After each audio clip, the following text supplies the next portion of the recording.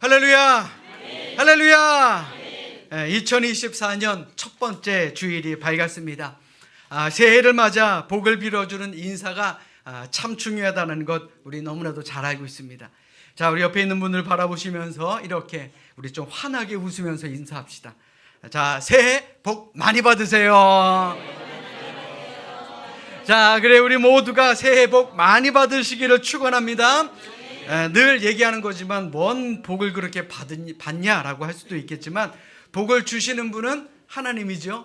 자, 우리는 뭡니까? 복을 빌어주는 게 우리의 몫입니다. 아멘.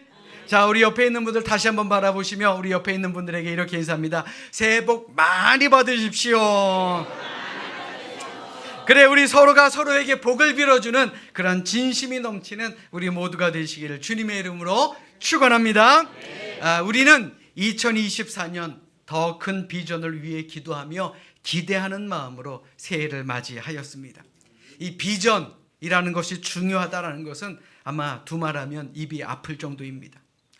비전에 대해 생각해 볼 만한 이야기가 있어서 여러분들에게 소개해 드릴까 합니다. 미국에 한 작은 마을이 있었습니다. 그런데 정부에서 그 지역에 댐을 설치하기로 결정을 하고 주민들에게 이제 앞으로 몇 개월 후면 여러분들을 더 좋은 곳으로 이주해 주시고 이곳을 댐으로 만들어 물을 가득 채울 것입니다 라고 발표를 했습니다. 자, 그런데 그 발표가 있은 그 날부터 이 도시는 망가지기 시작합니다. 우선 주민들은 자신의 집 앞에 쓰레기를 치우지 않았습니다. 정원도 가꾸지 않았고요, 집도 가꾸지 않습니다. 그 어느 누구도 마을을 관리하지 않았습니다. 그들이 이 마을을 관리하지 않은 이유, 자신의 집을 관리하지 않은 이유는 바로 비전이 없기 때문에 그렇습니다. 어차피 물에 잠길 텐데. 이는 오늘을 사는 우리의 인생도 마찬가지입니다.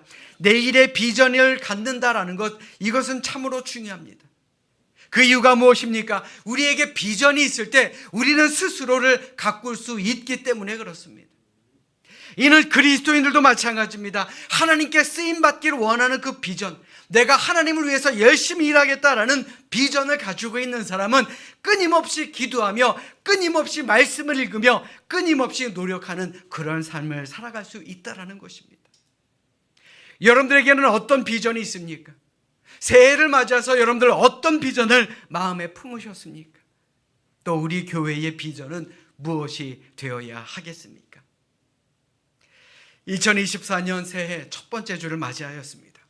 자, 바라기는요, 올 한 해 우리가 품었던 모든 비전과 모든 꿈 다 이룰 수 있도록 우리 주어진 일에, 주어진 자리에서 최선을 다하며 희망을 품고 비전의 눈으로 세상을 바라보는 우리 모두가 될 수 있기를 이 시간 주님의 이름으로 축원합니다.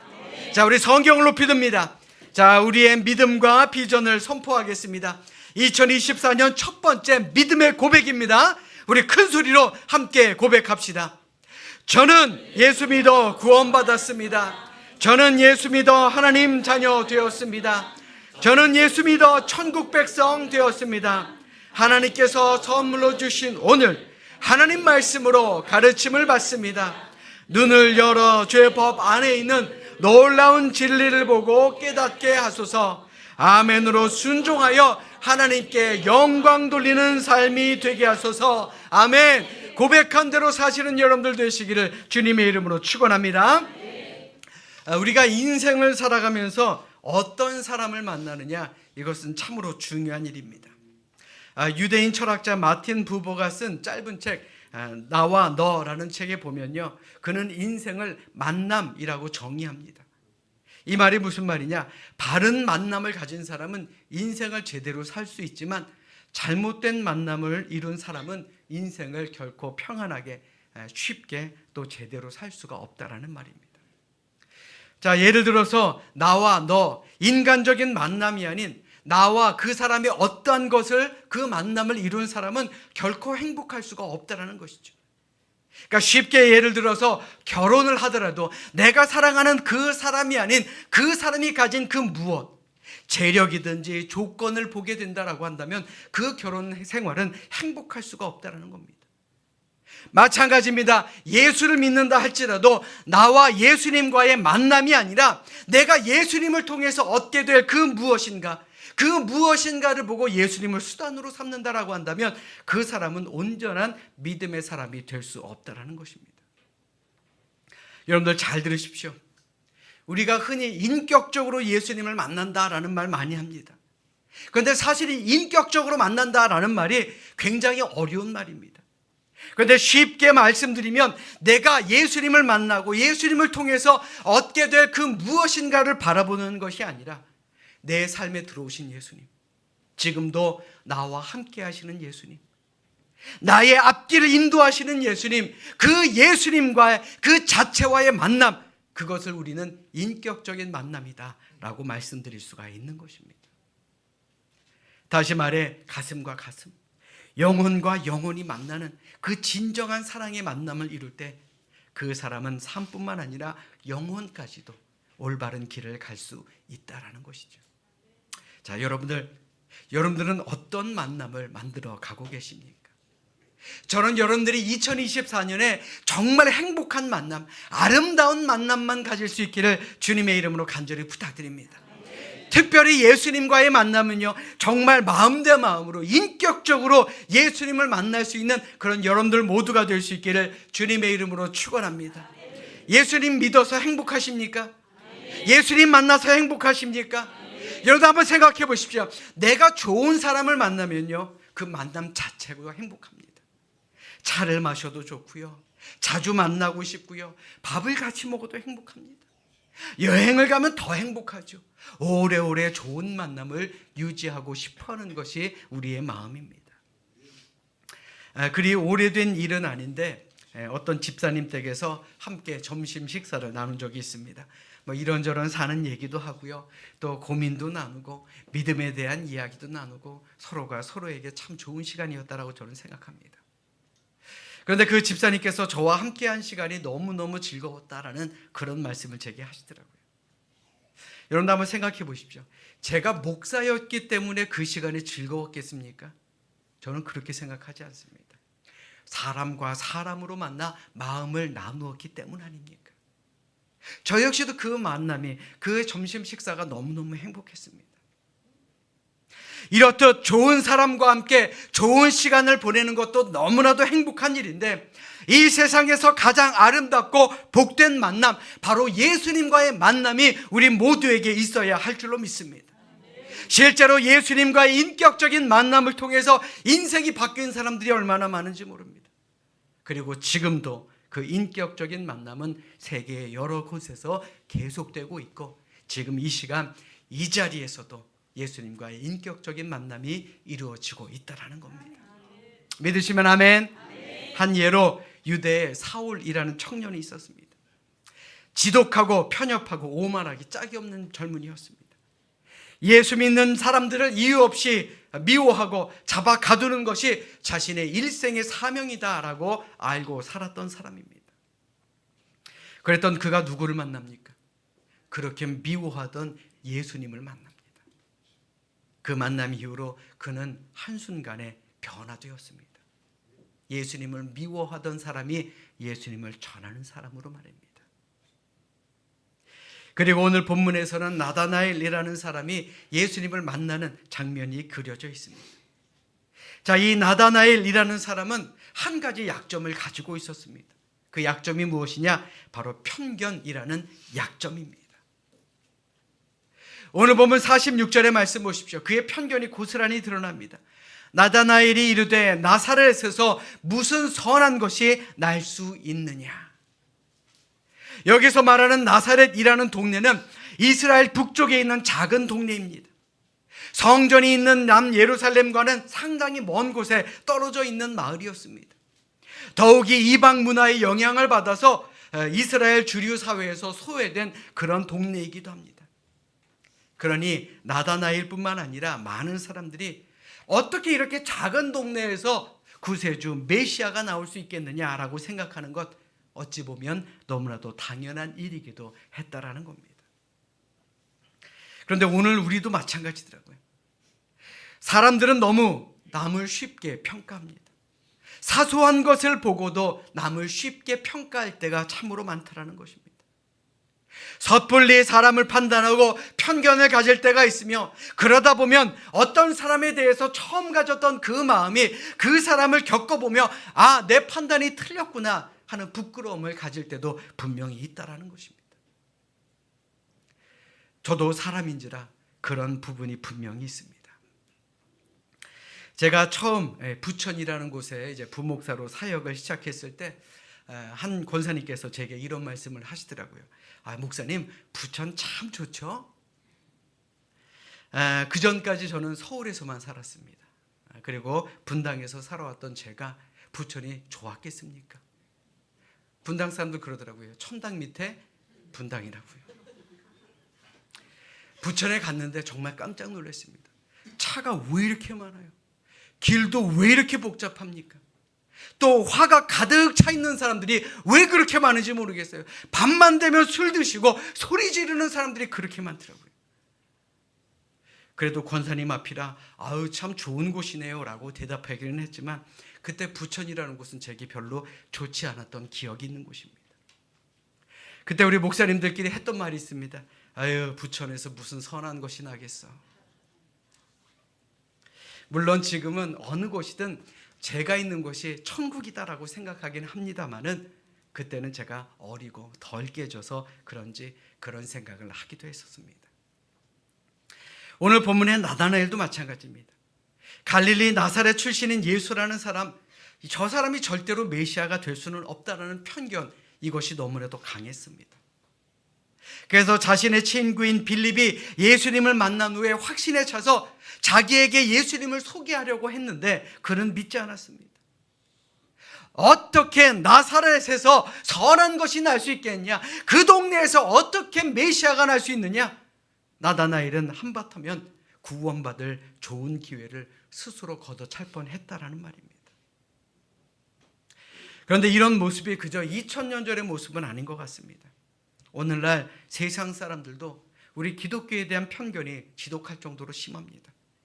교회라는 말부터 나오면요, 귀부터 닫습니다. 복음을 전하려고 해도 편견 때문에 그들은 듣지 않습니다. 우리도 그렇지 않습니까? 가장 가까운 친구들 혹은 가족들에게 복음을 전하려고 하면 그게 결코 쉽지 않습니다. 어떤 가족은, 어떤 분들은 친구나 혹은 가족들과 싸우는 그런 가정도 있다 그러더라고요. 이럴 때 우리에게 필요한 것이 무엇입니까? 바로 빌립의 말 아니겠습니까? 빌립은 편견에 사로잡힌 나다나엘에게 와서 보라, come and see 라고 말합니다. 이 말이 무슨 말입니까? 네가 직접 한번 예수님을 만나보고 평가해봐라, 그 말입니다. 단순히 세상 사람들이 떠드는 소문만 듣고 예수를 평가하지 말고, 그가 출신 지역이 어느 곳이니 그럴 것이다 라고 편견을 갖지 말고, 미리 단정하지 말고 일단 예수를 만나봐. 그리고 예수님의 말씀을 듣고 행하시는 능력을 보고 그분이 누구인지 평가하라, 이 말입니다. 사랑하는 여러분, 올해 우리 교회 표어가 무엇입니까? 와서 보라입니다. 세상 사람들이 우리 교회에 대해서 어떻게 말하든 간에, 우리 기독교에 대해 어떤 선입견이 있든 간에 일단 와서 보라는 것입니다.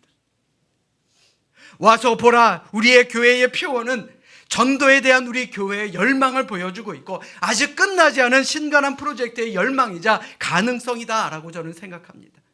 우리는 이것을 전해야 하는 것입니다. 와서 보라. 아멘.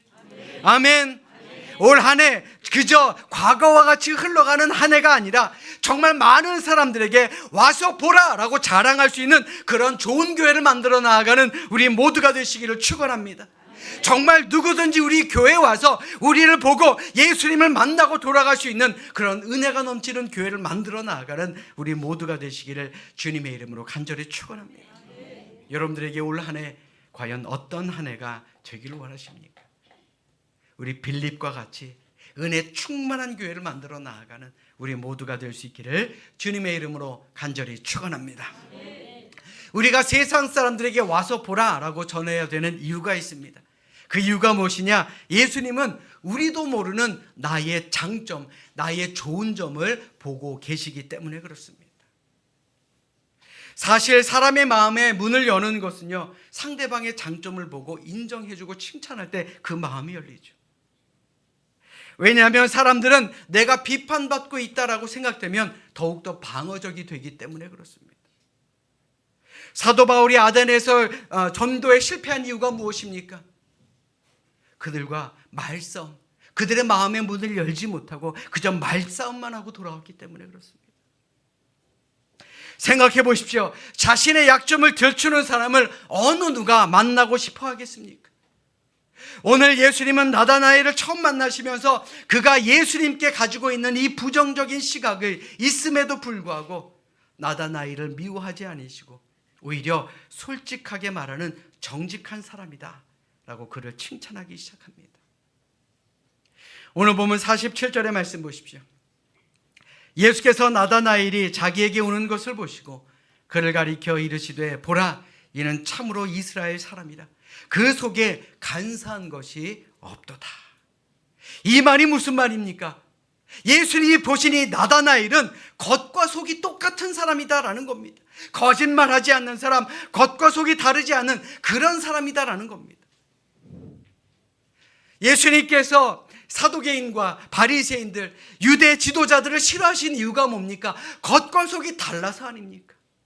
그러나 이 나다나엘은 겉과 속이 같은 사람, 참으로 솔직한 사람이다 라는 칭찬을 하셨고 그 칭찬이 나다나엘의 마음의 문을 열 수 있게 만든 것입니다. 우리도 살다 보면 교회를 비판하는 사람과 언쟁을 할 때가 있죠. 또 우리 교회뿐만 아니라 가정 안에서도 마찬가지고요. 그럴 때 우리가 예수님의 모습을 배워야 하지 않을까요? 내 말이 아무리 옳다라고 해도 그것이 상대방과 싸움이 된다라고 한다면 과연 그 사람이 어떻게 복음을 받아들일 수가 있겠느냐라는 것입니다. 그래서 예수님은 뱀처럼 지혜로워라 라고 우리에게 말씀하고 계신 것입니다. 예수님도 나다나엘과 언쟁을 하지 않으셨습니다. 화가 날 상황인데도 대신 그의 장점을 찾아 칭찬해 주셨습니다. 참 이스라엘 사람이고 정직한 사람이다.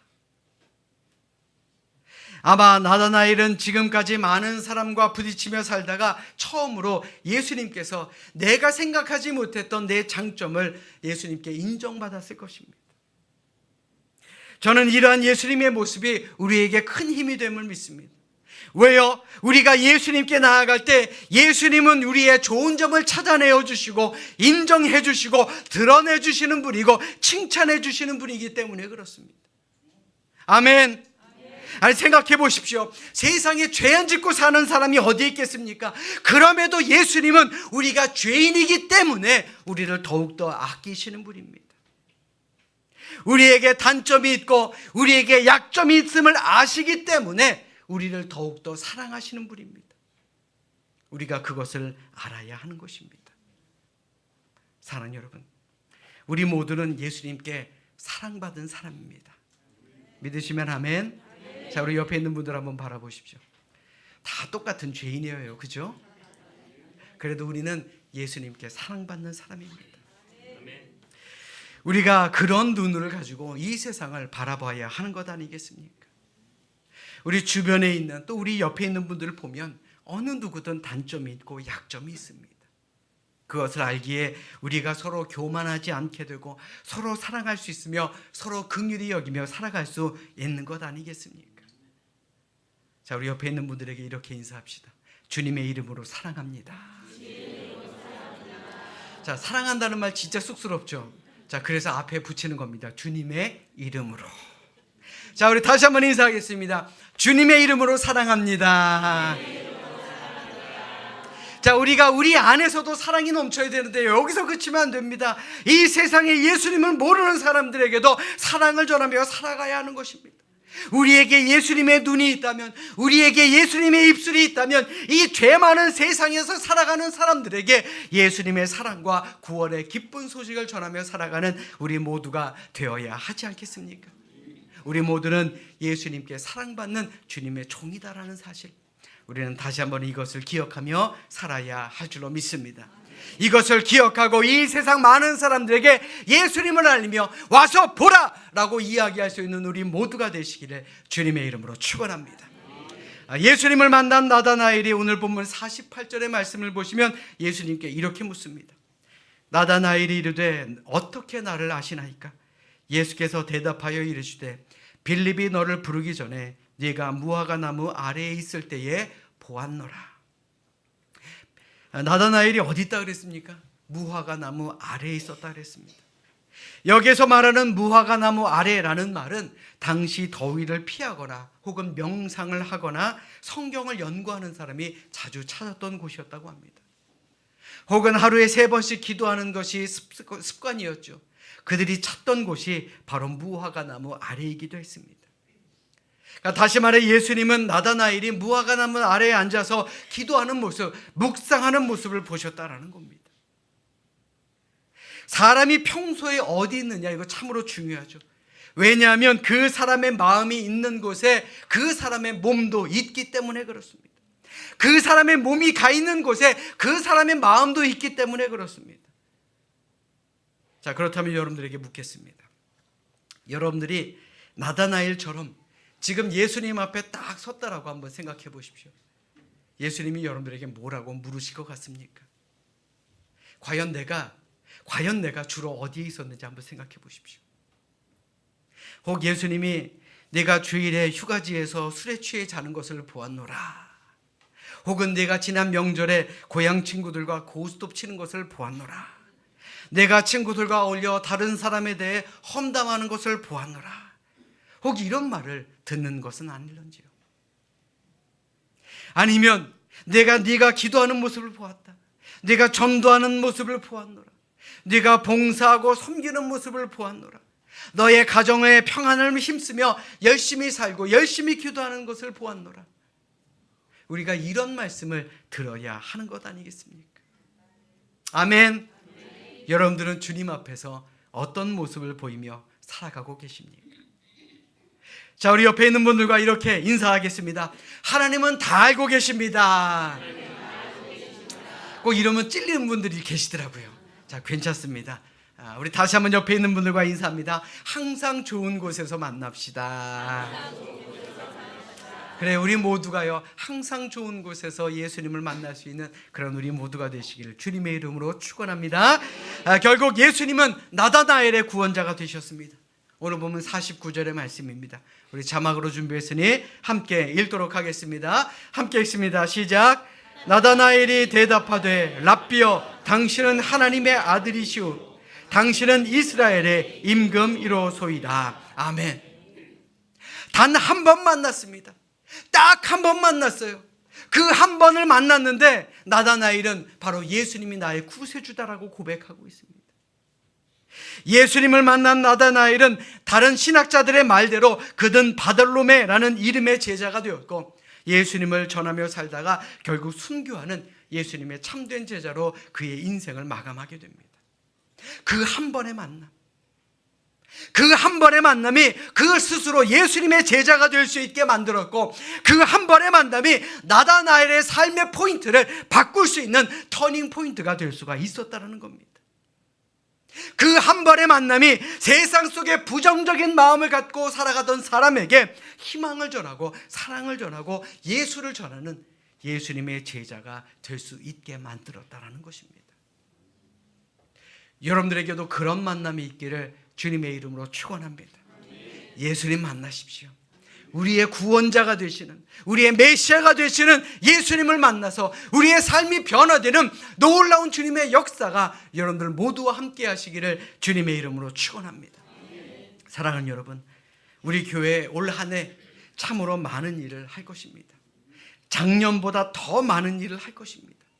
그렇다면 이제 우리의 몫은 무엇입니까? 다른 사람들에게 와서 보라 라고 할 수 있을 만큼 더욱더 놀라운 일, 더욱더 위대한 일, 이 일을 위해서 열심히 합력하여 선을 이루어야 할 줄로 믿습니다. 우리 교회여, 예쁜 교회를 꿈꾸며 새로운 성전을 위해 최선을 다해 기도할 것입니다.